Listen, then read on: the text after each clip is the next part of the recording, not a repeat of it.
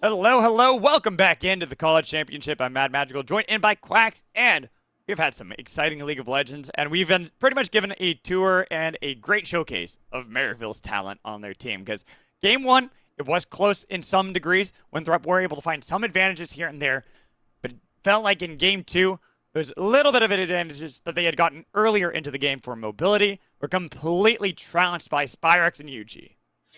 I mean, we've seen it time and time again, right? You mentioned it. Winthrop managed to get an advantage maybe for a little bit. They managed to get something for themselves that they can potentially use, but they're never able to use it, right? They pick up a gun and it immediately gets swatted away by the powerhouse that is Maryville University, who just come out with not a gun, but more like a bazooka every single time. That late game just feels so impossible for any team to play against. The team fighting is super good, but most importantly, it's the laning. Right, we saw a little bit of laning struggles last game, but that was completely negated just simply by the fact that the mid game completely turned around for them. They managed to find advantages for all their members at one point or another to bounce back into the later stages of the game. And at the end of the day, they just seem like a complete team, right? This is the team that everyone expected to really be a favorite going into it, and they're showing why time and time again. Ooh, we got an update on our bracket from the other stream. Fisher College actually get the 3-0 against St. Clair. St. Clair had almost gotten the victory against Winthrop, but it seems like Fisher, and it was funny because they actually had an emergency sub too. Saranac was not playing in that series. They had their, I think it was their third string sub coming in, Rollick. I think Rollick. Yeah, Rollick. Yeah. Playing for them. And Rollick was actually really good in that series. I believe the Talia games that we were watching from them were absolutely crushing everyone. And that's where you said there's a bazooka there for Maryville. I feel like it's not just a bazooka, it's a rock. And the rocks are being thrown by Maryville and also by Fisher as they continue their tour through the lower bracket and hope to get some rematches and get themselves back into the grand finals. That'd be a big thing for Fisher College, especially with a lot of the subs and the roster movements that they have had for themselves over the course of this year. For sure. I mean, I feel like dark horses are kind of a theme of this kind of tournament. And Fisher, with all those subs, I feel like have become a dark horse in their own right. So to see them make a lower bracket run against some of these more established teams, against some of these more established programs would be really exciting to see. But let's get back to the series that we are currently in here as draft has started up here for game number 3. This time, Winthrop, changing it up a little bit, will be on red side. And I have to think that they are looking to maybe get some of those prio picks on B1 and B2 for themselves. But Maryville, curiously, going to be the ones to ban away that Skarner. Yeah, they're just gonna permanently ban it. There are other stronger picks that you want to get in the first rotation, so I'm not too surprised. Even though Niles likes to play that Skarner top lane, we know that both Wakao and Denethor can play that Skarner. So having that flexibility, it's about taking away the moments and the areas where you expect things to move around in draft that can catch people off guard, such as that Talia. That's why I was kind of highlighting that as a potential ban here for Winthrop. They are banning the same ones that we saw from Game 2 with that Ashe Jinx on the other side to deny mobility. And that also feels bad because a lot of these wins that Winthrop have gotten have been when mobility is on these hyper-scaling ADCs, especially that Jinx. For sure. I mean, Winthrop love to play around mobility. Denethor is kind of the backbone of the team. You can always rely on him to be relevant, but I do feel like mobility, if you can get him ahead, that's when this org really, really shines. And we saw a little bit of that in game number 2 as, Camille actually taken off the table. They fear rather Denethor's Camille. This is a champion that he is known for and feared across the land. I believe the first time he hit Masters, he was a one trick of this champion. Yes. So yeah, he has proven time again why he is one of the best ones to pilot this. Though it just surprises me when we're seeing it. I would have expected that in the second rotation of bans, because it is something that, well, yes, you expect Denethor to play that if you're going to be red side. They have that counter pick in this on red side. It is something that can wait until later into the draft, because I doubt Winthrop would take it that early for themselves. But with this Camille now being banned, it leaves open some options. Callista is still there, but then the Talia that I was highlighting before can be snatched away by Winthrop. They can also grab Varus if you want to too, because you do not want to have the Callista Varus lane that we have actually been seeing work really well over things like MSI. I feel like Poppy could also be a good response here because you are against the Callista. Pairing it up with the Poppy allows you to slam it into the Weaver's wall and get that stun off. So that could also be an option, but it's also an option for Maryville potentially too, right? I mean, we've seen that this pick is really prevalent for both of these teams. So I wonder if that's going to be an answer at any point. The Callista going to be paired up with the Renata. No surprise there. Now I wonder where we're going to go next. I was thinking maybe it could have been a Poppy take here for Maryville to deny that for Winthrop, and then you could have that flexibility of Zyko, Yuji, or Niles playing it. Oh, Hui getting locked in for Spyrex. I do like that as well. The fear, to deny a lot of engages, something that can get a lot of damage on the team fights with Spiraling Despair. These are good tools here for Maryville. For sure, and Winthrop going to continue to get a lot of picks that can really punish this Callista, really find this Callista in a lot of these team fights. This is exactly what Maryville did last game, right? They drafted the Talia, they drafted the Vi, and the ADC on Winthrop, Mobility, was just not able to play, right? He wasn't able to get into any of these fights. He wasn't able to operate into any of these fights. And so I like that they're taking a page from the opposition's book here, and I'm curious to see if they're going to follow in their footsteps maybe a little bit more. But yeah, as we are commencing in drafts, the jungler for Maryville's UG champion pool notably here as the Kindred's taken away. I wonder if we're also going to see the Xin taken off the table. I feel like that could be an option as well because it is an aggressive pick that we have seen UG play. But no, hitting that top lane, getting rid of it, the World Ender, Aatrox out of there, and possibly I would imagine. Oh, okay, Aatrox actually a misban. That's a misban they were getting from production, so they didn't get the ban there, so ignore that. But the Nico banned away from Shookie's there as well. I would say that, nah, you wouldn't flex things around, put Wakao onto the Talia and the Vi into support anymore. Not unless you're Skytech, you're not going to do that. Yeah, that feels like a little bit of dark technology. We're not willing to pull out when we're down 2-0 in a game. I mean, we are in the winner's bracket, so Winthrop, even if they lose here, will get another chance in the lower bracket. But you certainly want to pull out all the stops. You certainly want to fight to stay in the winner's bracket because you skip a step, right, if you manage to win here. As, yeah, both top lane picks coming up for both teams. We will see the Zac followed by the Cassante. So a wet noodle fight in the top lane. And this is also making me think we might see what we saw in game 2, potentially lane swaps as both of these champions are really self-sufficient, don't need a lot of resources. But you know who does need some resources? It's that Lee Sin being locked in for UG. UG's Lee Sin. I mean, we saw earlier in this tournament in the round of 32 some insane kicks that UG had where he was able to utilize his opposition to get kills with the kick as literally use their bodies as a projectile to find kills that he wasn't able to follow up on. This guy's really good at Lee Sin, the mechanics that are required with it, and it works really well with what Maryville have so far. Lots of dive potential, but also great ways of disrupting these team fights. Zac, Lee Sin going to work together here for UG and Niles, but you also have this Renata that can really make these fights difficult. A good hostile takeover or bailout. Spyrex on this way is going to do a lot to disrupt. And then you look at what Winthrop have. They do have good ways of kind of controlling a zone, but it is going to be difficult when you have 3 members of your team that need to get on top of this backline in Vi, Cassante, and Alistar, and then it can be disrupted by one ability in Renata Glask. For sure. I feel like a lot of the attention for Maryville in this game has to be on that mid lane, right? You have to make sure that you can poke down and focus down this Talia because we've seen its effectiveness in this series in games 1 and 2. It was an absolute menace piloted by Spyrex and UG respectively, so that flex was really prevalent. But here, it's going to be in the mid lane, and against a champion like Lee, against a champion like Hui, I mean, being able to lock this down, being able to find it early and set it behind could be really good because then the only real poke damage that you have to worry about comes in the form of an immobile AD carry, which is Varus, that you could, with all the engage tools that you have, and Zac and Lee Sin, and hell, even Hui can help engage a fight, you could easily find this Varus out of position. One thing I do like about having the Alistar pick here, though, is it is really good at kind of disrupting the Zac and his engages. You have great tools to stop that if you are on point for Shookies. If he uses that Pulverize at the perfect moment, it completely interrupts the Elastic Slingshot getting into the backline for Maryville. And that is where we're going to have to see from Winthrop. Yesterday, they were down 2-0 going into Game 3, and they pulled out the reverse sweep against St. Clair. Here, they are 2-0 down to Maryville. Maryville with this lead. Can they do it 2 days in a row?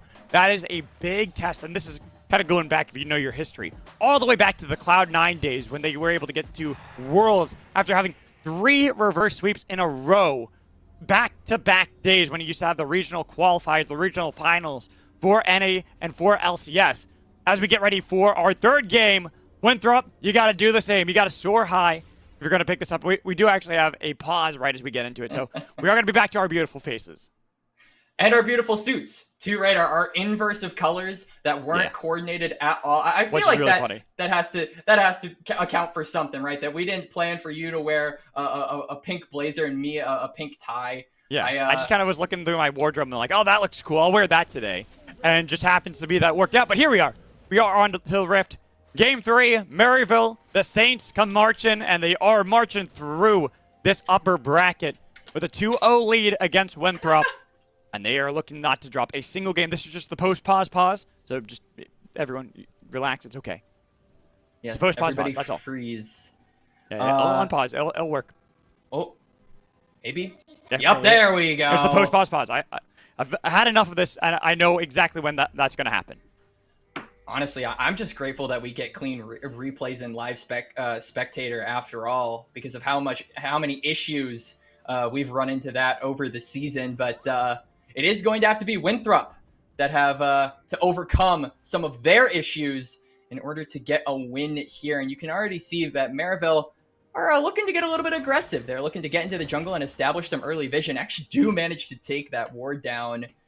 So yeah, just trying to track where Wokow is. Wokow, Vi is a champion that you don't really have to worry about until level 6. And so I'm really looking to see if Yuji can try and exploit that early on, try to get some cheeky little invades off. But we'll have to wait and see. Yeah, Niles might just put a ward down on this red buff. Kind of waiting for a late ward placement. Oh, actually, he's going to put it right at the Raptors, it looks. Oh, no, he hasn't placed it yet. Has he? Oh, there it is. Okay. Has placed it on red buff. I was kind of looking. I couldn't see because Vi's head was blocking out on the minimap.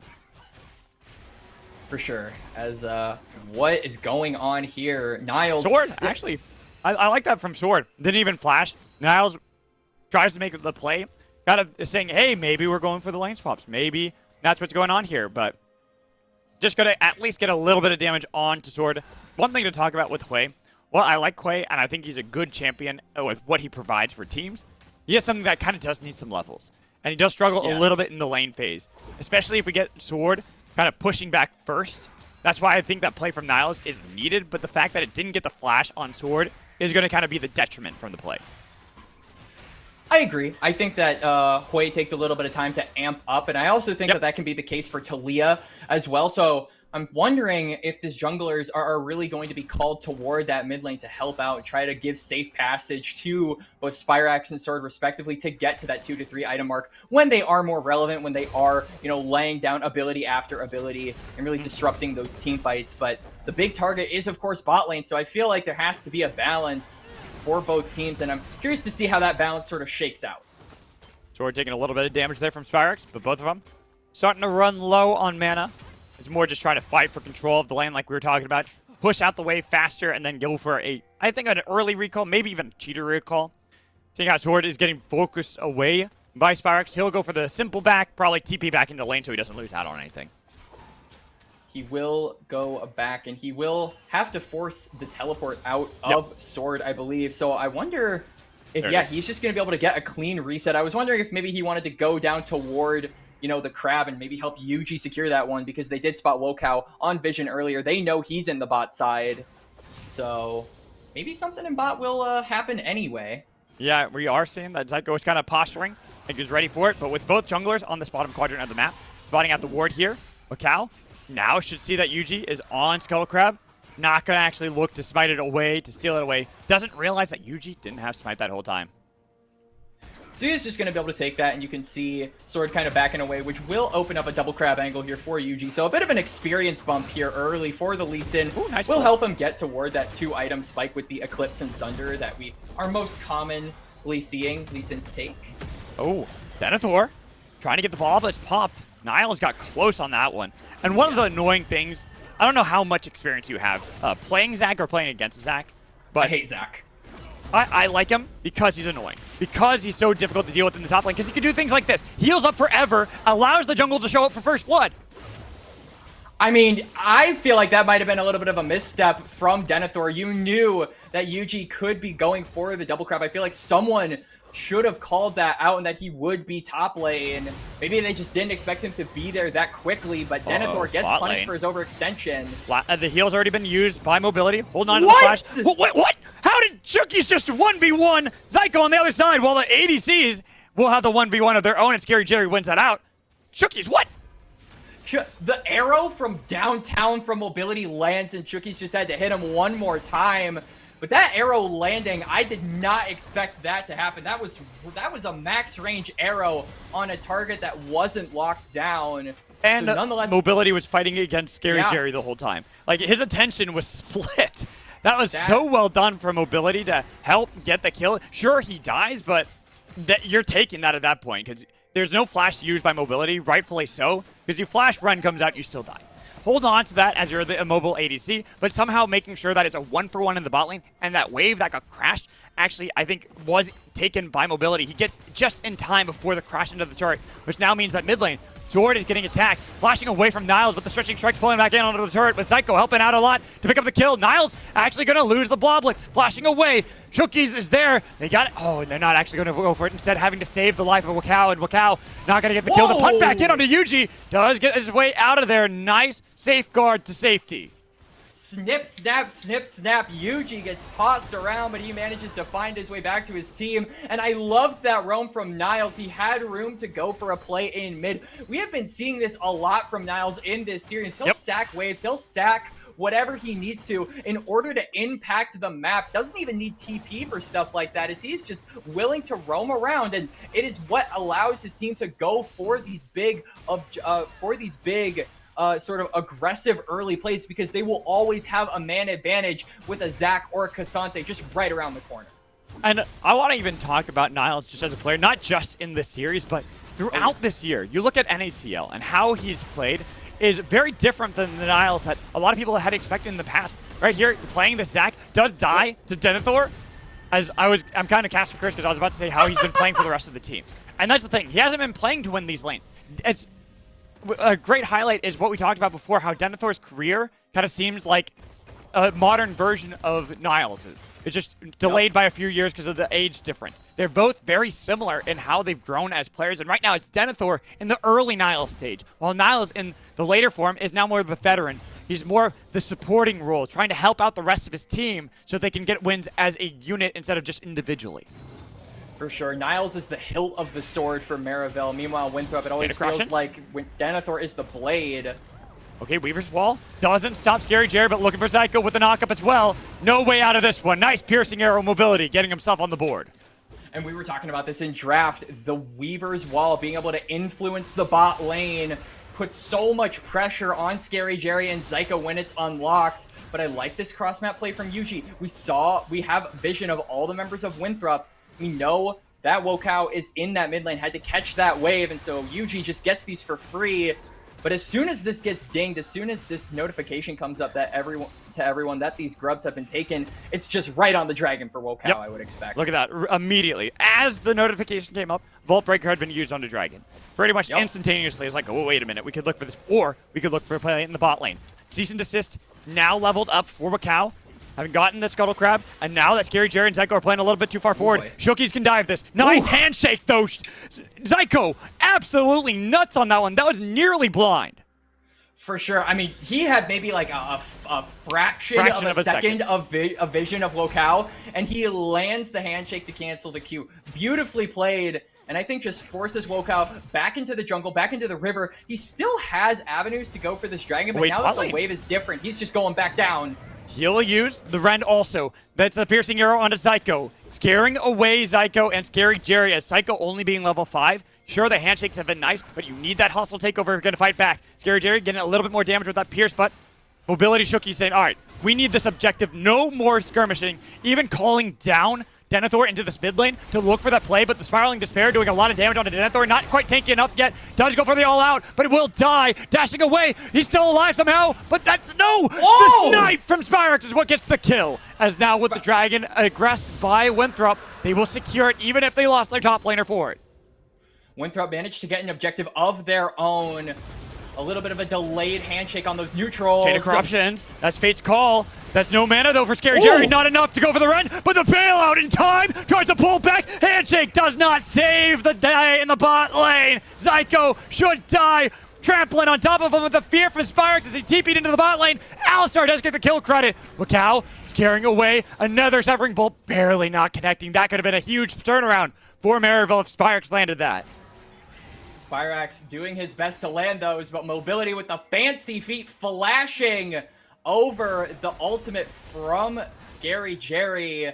Secures himself a kill, and Winthrop, they have got some fight in them here in game number 3, Magical. This is such a clean early game that I feel they've been playing. They've had some bumps in the road, like Denethor dying there in that mid lane, but overall, they're challenging Maryville much better than what we saw in games 1 and 2. And the thing is, in game 1, they had good options. Mobility was looking good in the lane phase. It's just the rest of the map was struggling a little bit. It is almost the same story here in this game, but I feel like it's slightly better as you were talking about, because Denethor, even if he's 1 and 2, he got that solo kill on Niles. He's even in CS. Mid lane, Sword is falling behind that of Spyrex, but that's because so much attention had been put onto him. And the fact that he's even only 20 CS after, 2 ganks from Niles, 3 ganks from Yuji, and a couple from Zyko as well, and only dying once, that is big for Winthrop. For sure. Mobility, though, has to play really, really safe because you can see all the members of Maryville University are looking to take control of this blue side quadrant that belongs to Winthrop. Like they did last time. Yup, exactly. They love to be in your face. They love to get in deep and go for these scraps. And we're seeing that time and time again. Spyrex and Yuji roaming down. This is red this time around by Winthrop. Thodic wave on to Vi. They're just getting out of there instead of actually looking for the play. So we've kept the bot lane safe. That is kind of the name of the game here, is make sure that Mobility keeps getting these leads. Has already got that Youmuu's compared only the components out of Scary Jerry at this point in the game. I mean, obviously that's going to happen when you go for lethality and poke bars.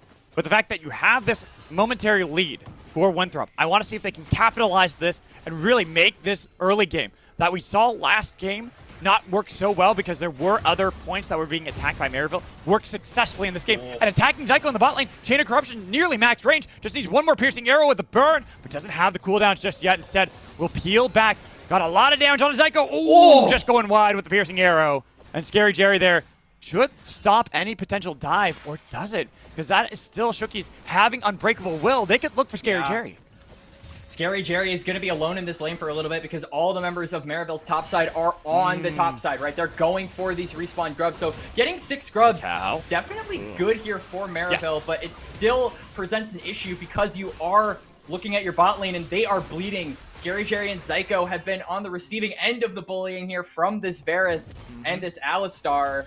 So I feel like someone has to go on down there. Someone has to try and patch the bleeding. But so far, there hasn't really been a response from Maryville to do so.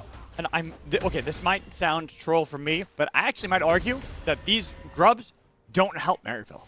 That even getting all these 6... I agree. No, I agree. Yeah. Like, it might sound controversial, but it's only stopping Winthrop from ending the game sooner. Like, if Winthrop continues to be even here, you get 6 grubs when you have good either split pushers or you're so far ahead. And the fact that it's an even game with no split pushers for Maryville, those grubs really don't benefit them. The dragons are going to be far more important. We have a minute until the next dragon. I agree. There really is no side lane picks for Maryville that they can utilize. I mean, Zach, obviously, you would expect him to be on the side lanes the most. Oh, good flash from Scary Jerry. Good flash from Scary Jerry, but the Hex Flash getting a flash, big trade up for Winthrop. And you know what that means, right? Flash burned away from Scary Jerry. Wokao is on the bot side.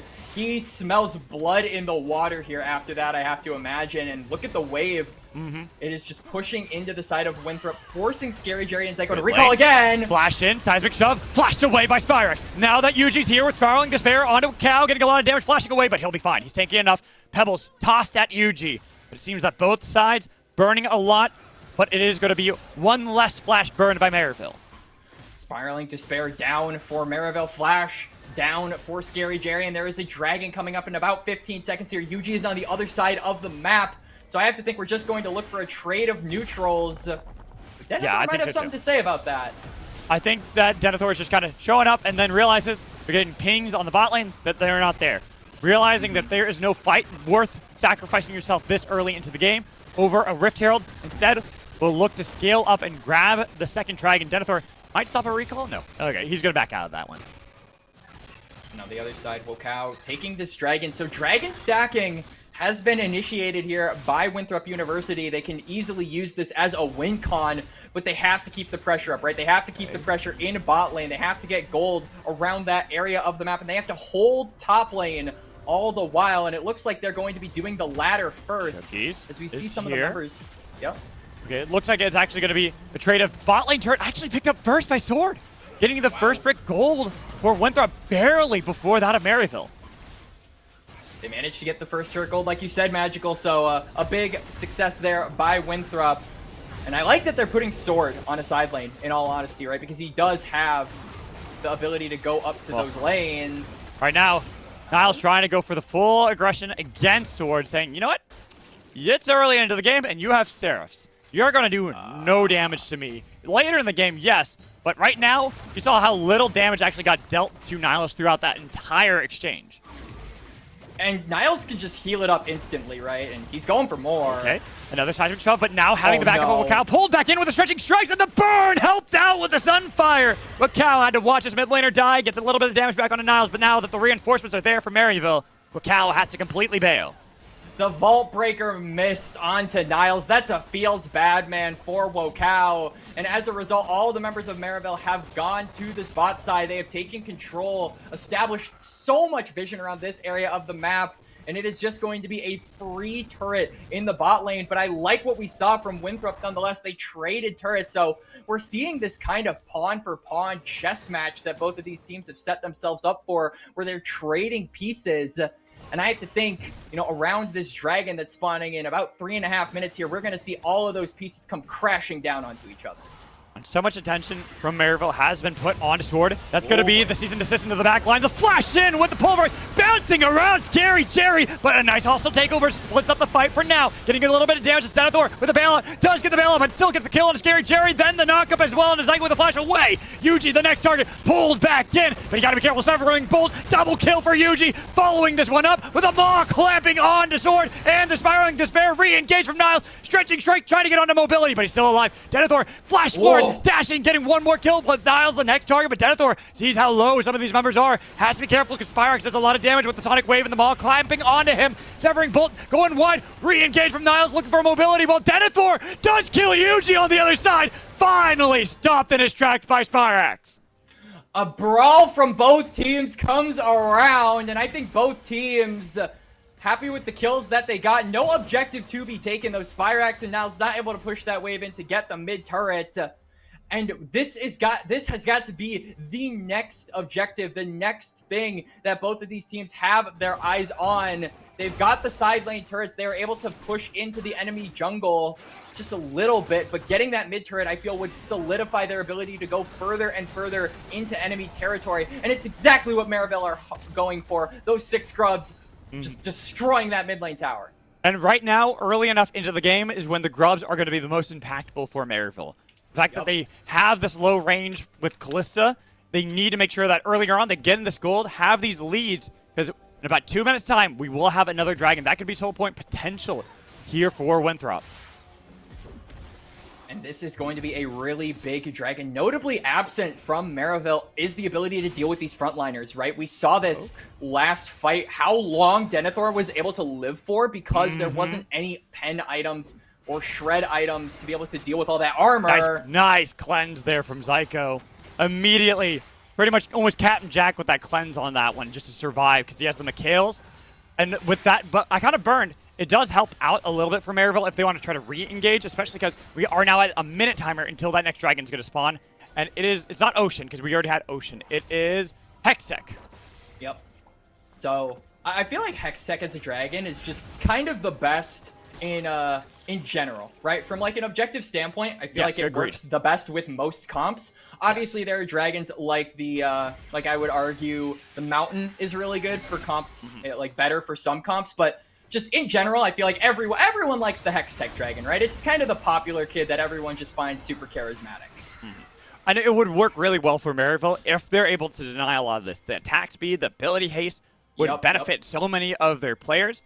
And having that for themselves, it would be nice. But with Winthrop already having 2, they are just 2 away from getting the Hextech Soul. So that's why they have to put this Rift Herald here in the mid lane. 15 seconds until the Dragon will spawn. They're already in placement with the TP being used by Sword.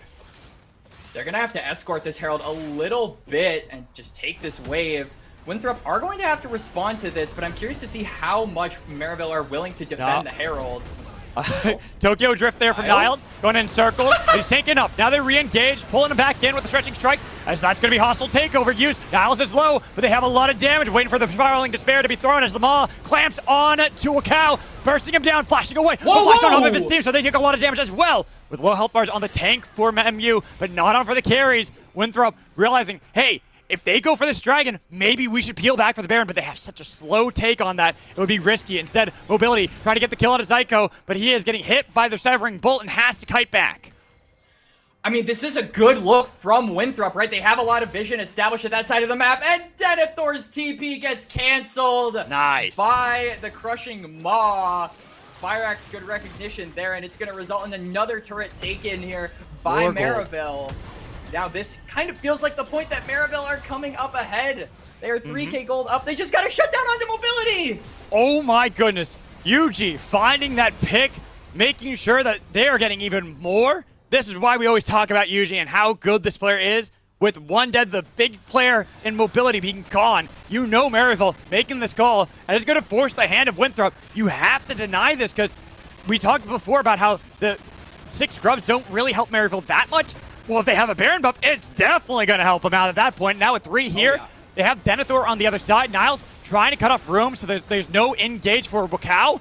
It's all about denying Wakao access. That is why Niles tried to go for the engage. They're peeling back, but they kept Yuji on top of it with the stretching strikes, getting a lot of damage, but it's Niles now. Attention onto him. Zach's okay with that. If he gets the Blobless pop, that's going to be nice. They got a lot of damage onto the Baron. 50%, no, 25%. They get the kill on to Wakao. Now with the TP. Wait, Spirax, I don't think you meant to do that. Baron is secured as he gets right on top. No, he was meant to, because it saves Niles' life. Maw crushed, denied from Niles as he's a surviving member. And then Shookie's attacked by Spirax. Everything's starting to fall apart here for Winthrop. The burn from Spirax takes out Mobility, who just showed up. And Spirax looking for more. The bolt will narrowly miss, but Genji Baron acquired 4. And we were saying at Winthrop, they had such a good early game. They were playing the fights well, but at some point, Maryville, it just feels like they turn it on and they never turn it off. They give you kind of a timer to mess with them. But yeah, Yuji leading the charge in a lot of these skirmishes, a lot of these fights. You were hyping this player up, Magical. And it's no wonder why, as he is absolutely smurfing on this Lee Sin pick. Yuji is so good. It is absolutely nuts. And remember how I talked about the plans A, B, C, and D for Maryville? Well, plan A didn't work. Guess what? Plan B, it is working here. Yuji sure didn't get all the neutral objectives, but getting enough with the Rift Heralds, those grubs we talked about before, and there, then getting the pick on a Mobility. That pick alone, make sure that Maryville have this gargantuan lead, and now Denethor is getting attacked underneath this tier 2 in the top lane with very little ways to get out. Crushing Maw, the burst of damage out of Spirax takes out the tank. No way to get out of that one. All of the members of Maryville University descend on the lone top laner of Winthrop. And Baron-empowered minions, 6 grubs. They are just looking to take control of this area, completely zoning off all the members of Winthrop. Just making sure that they can't defend this turret. More gold to be picked up by Maryville. So they escort this wave in, having a lot of damage with the Baron buff as well. And Winthrop, as they're pinned in their base without their frontliner, Denethor, 15 seconds till he is back up. Wakao and the rest of the team trying to make this play into the back line, but still surviving is Spirax. He gets out of there. Spiraling despair. Yuji, that kick! This guy's godlike! This monster! They're on Mongolia! Double kill for Scary J, making a triple as Maryville will continue their terror in Collegiate. They are looking not to lose a single damn game. With a 3-0 sweep against Winthrop, Denethor has just respawned to watch the base go to crumbles and ruin.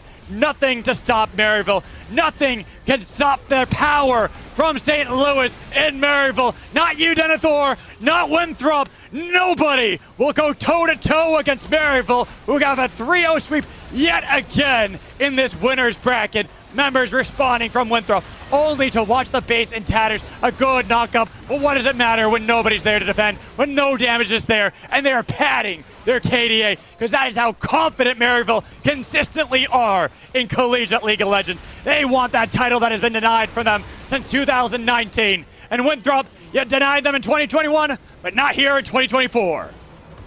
Man, I'm wearing white and no blood from Maryville is being spilled whatsoever. They continue their clean record, not a game dropped. They are just looking immortal here in CLOL. There were moments, there were glimpses of hope for Winthrop, but they were snuffed out at every opportunity. And Maryville, Magical, they are looking just so dominant here. And I am really curious to see if a team can really stop them, because it feels like with performances like this, they're the clear favorites in my mind at this point. Only one team could stop them, and NACL. And here we're in Collegiate League of Legends. It seems like nobody can go toe-to-toe against Maryville. They're so good. Another sweep in the upper bracket. They will continue forward. They will definitely guarantee themselves top 4 at this point. We're going to toss to a break, and we'll be right back with an interview from the victorious Maryville, so don't go anywhere.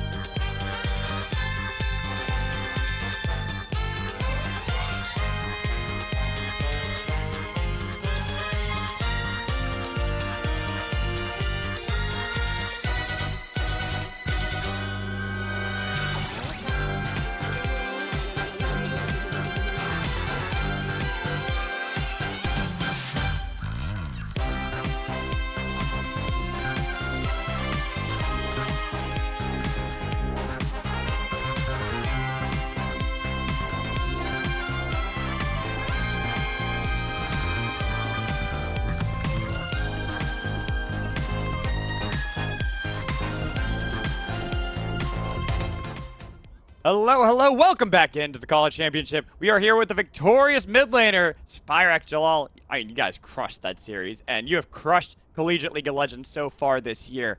And, well, I want to ask you about that series, and I will get to that point, but I want to get to the more important matter. Is there a team that can stop you guys in CLOL? No, I wouldn't say so. I think all of our players are a bit too good, and I'll say my only worry is that in between the winners final and actual final, there's like a big gap between that. So I think we just need to like worry about that and like make sure we're on form for the actual finals. Fair. That's a fair point. And going into the series, you guys crushed it 3-0, absolutely terrorizing that one. And looking at how you played in every one of those games, it just felt like the Tristana game, you got caught out a couple times, but at the same time, you were definitely playing a little greedy. And I think you learned that lesson going into 2 and 3, right? Yeah. Okay. Look, I just woken up like an hour before the series or a little earlier than that, and I was not ready. But yeah. All right, fair. You know what? That is very fair because I did that for the broadcast today too. So I understand how that is.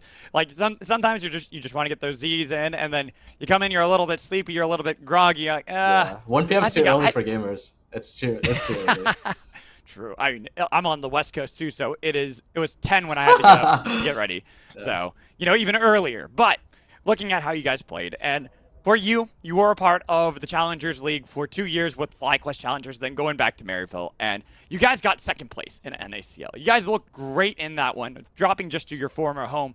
I gotta ask, like, what would you say is the biggest difference between NACL and CLOL? Because you guys are winning CLOL, and you guys were winning NACL. Like, is there really a difference if you guys are that good? I have 2 things to say about that. I do think in an ACL there's just better players, so objectively speaking, like the competition is going to be a lot harder and everything. And we did get second place, which just shows like how good we are especially because like CLOL is a lot weaker, but also NACL has gotten a bit weaker in my opinion because of there's some players who couldn't play anymore, like some OS players and everything. So, but yeah, it's still our run was still like really impressive, I would say, and we are a lot better than before. I definitely agree with you on that one. And then I kind of been saying this. I've been saying that Maryville probably could go toe-to-toe with some of the LCS teams. Do you feel the same? Yeah, I would say so. We did. I don't remember if we actually scrimmed any LCS teams in spring, but I have a feeling we did, and it was fun. Oh, actually, we did, yeah, and we did okay. Only thing about that is that there is the ping discrepancy. We're like on much lower ping if we play against them, but I think we did fine. So yeah. Yeah, that's very fair. I mean, like I said, you guys have been terrorizing CLOL, and now we've already established that there's no team that you're worried about facing off against. But the only thing you really are worried about is that gap. But I do want to ask you, which teams do you think you'll face off against? We have USC versus Northwood that's going to be happening after this one. Which team do you think is going to take that? Especially because Northwood upset Ole Miss in a 3-0 sweep. Okay, who's on Northwood again? I forgot. Northwood, I'd have to look at the ISO, RMB, Reppy, Enthralled, and Miracle. No, not Miracle. I'm trying to remember the last player on that one. I'd have to look that one up because I still think USC wins. Clyde. That's who it is. Clyde. I think USC wins because I think there should be a pretty big jungle gap in my opinion. I think Kenvy is a lot better than his counterpart. I think. I mean, Robbie Bot looks pretty good too. I think he's better as well. And their bot lane is probably the best or second best in the league. So they're like top tier. So I think UST.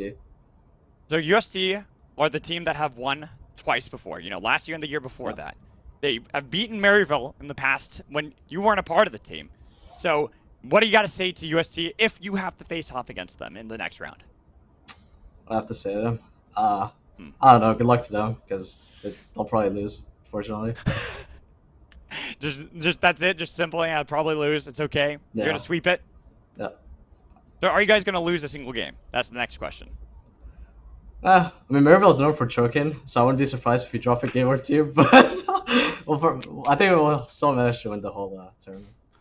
All right, I have confidence in you guys, especially because it seemed like you guys learned from your mistakes when it came to game one. Like you said, a little bit groggy, but you went into game 2 and 3 looking dominant in those games. Talia, Hui, absolutely gargantuan. So Spyrax, before I let you go celebrate with the team as well, maybe go take a nap because I know I might do that. Anyone you want to shout out before we go? Just shout out to my teammates, the org, like Maryville itself, family, girlfriend, and you guys in the broadcast, and viewers, I Oh, guess. well, well, thank you, Spyrex. I'm going to let you go with enjoy with your Thank you. team, and I'm going to bring back in Quacks here so we can wrap up this post game and get ready for the next series, because that was another sweep by Maryville. They have yet to lose a single game here in CLOL.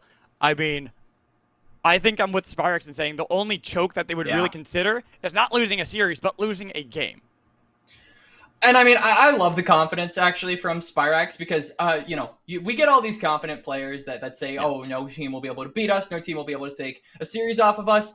But I feel like in Maryville's case, they are able to back it up, right? Yeah. Because they have not lost a game, they have not lost a series, they are looking incredibly dominant. So I'm with you, Magical. I believe Spyrax to that end, and I think it's going to be up to all the other teams to really step up because Maryville are showing no signs of really slowing down.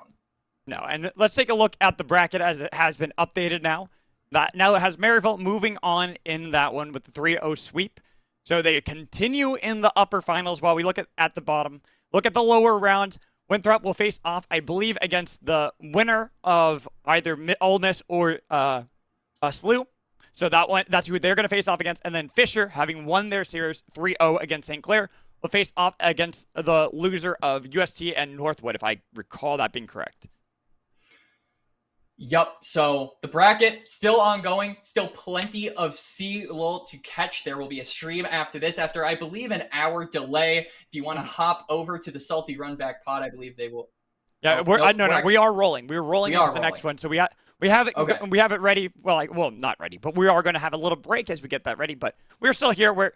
So if we can look at the upcoming schedule, we can see what we have ahead of us. Yep. Because Fisher did take place on the Running the Rift stream, but here on the Salty Runback pod, we will have another upper bracket game. Northwood, the upset team, they got the 3-0 against Ole Miss, will face off against UST. And USC are the defending champions twice in a row. They are looking for that third.